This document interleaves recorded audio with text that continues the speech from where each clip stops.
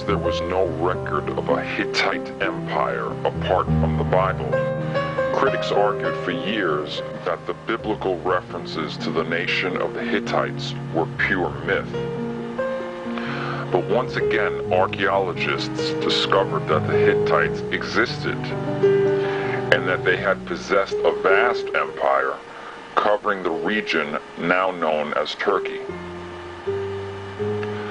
After records from the Ebla kingdom and some pottery was discovered, and cuneiform tablets discovered in Bogaskoy, Turkey, mentioned their name.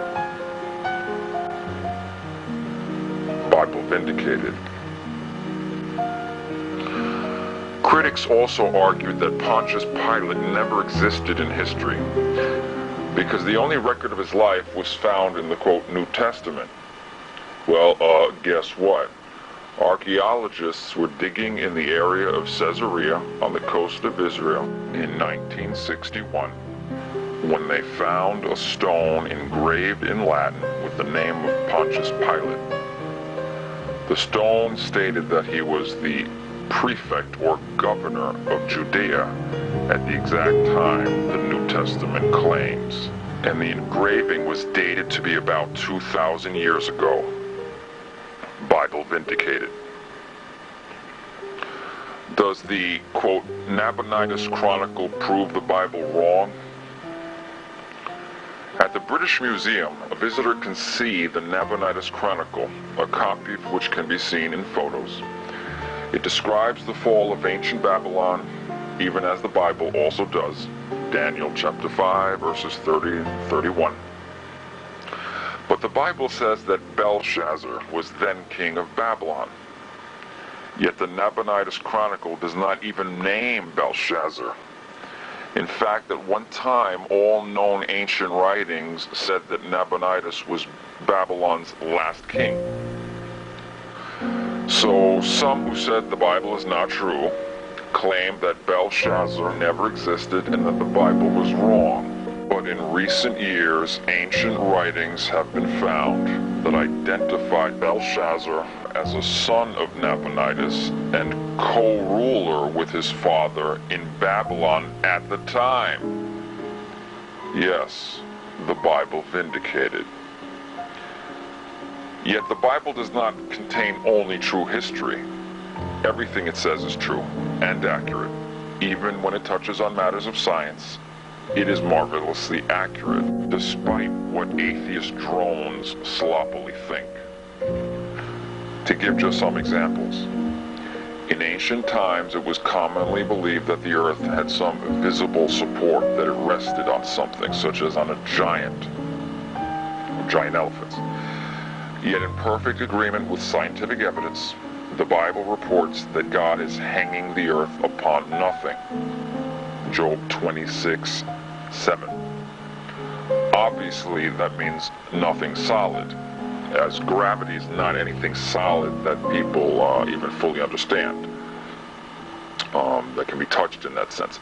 The earth is not touching or hitting anything solid, such as the moon, sun, or other planets, and is not supported by anything solid in that sense.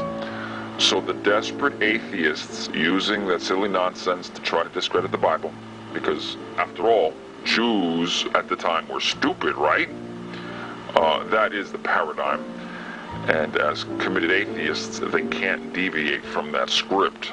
Well, it won't work. And rather than saying that the earth is flat, as many believed in the past, the Bible says that God is dwelling above the sphere of the earth, the circle of the earth, the round earth. Isaiah chapter 40, verse 22. The Hebrew word kug was the only Hebrew word at the time for sphere. Back then, not the Hebrew word dur. The word dur meant pylon or surrounding, as in surrounding a fort, or pylon rocks. It did not mean round ball. Also, it's assumed that a ball is always spherical or round or circular. It's not.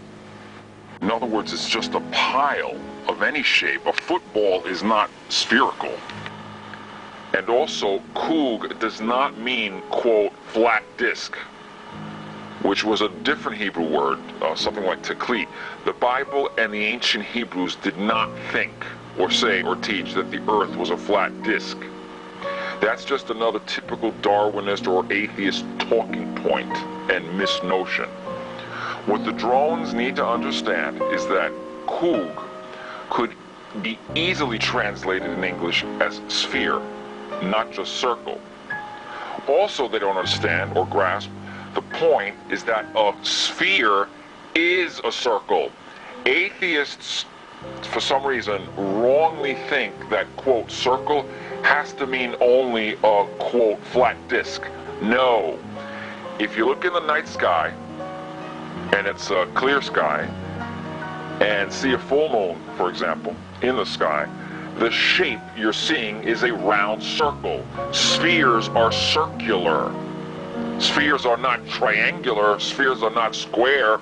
Spheres are circular all around.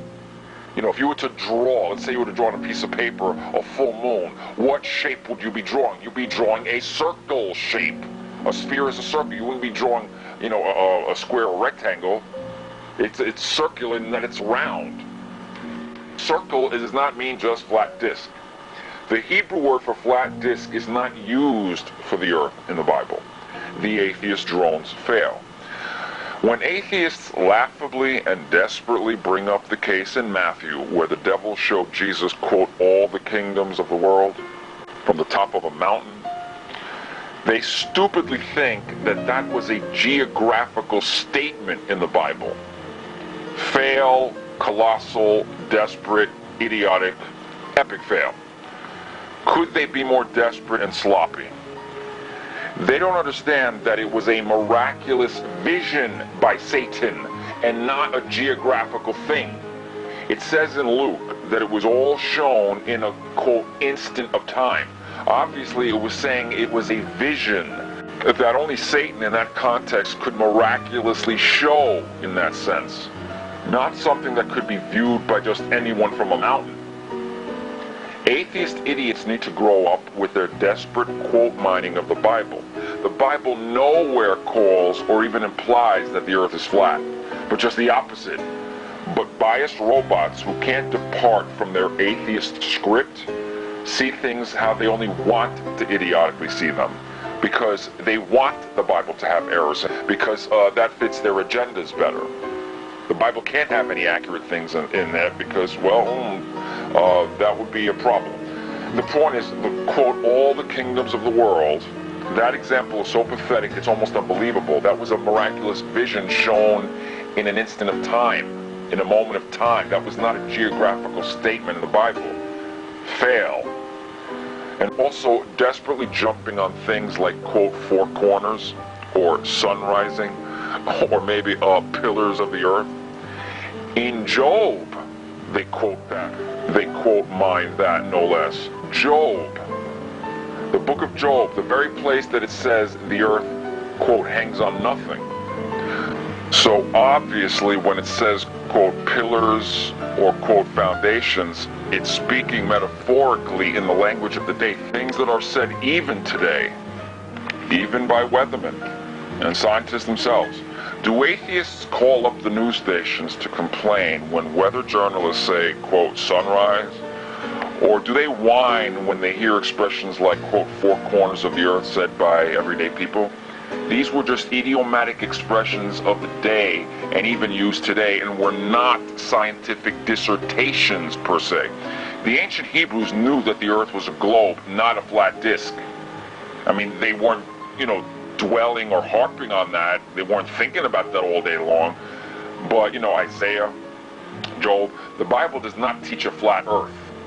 Not in any scientific dissertation or technical sense. So flat earthers, those who are around, need to grow a brain, and so do soapbox atheist drone tards. Isaiah and Job indicate a spherical earth that hangs on nothing. Only pagans believed that the earth was supported by literal objects or huge animals. Bible Vindicated. The Apostle Paul wrote that all of creation is in bondage to decay. Isaiah wrote that the stars and planets, quote, disperse and, quote, wear out like a garment. Isaiah 51:6 and also Psalm 102, verses 25 and 26.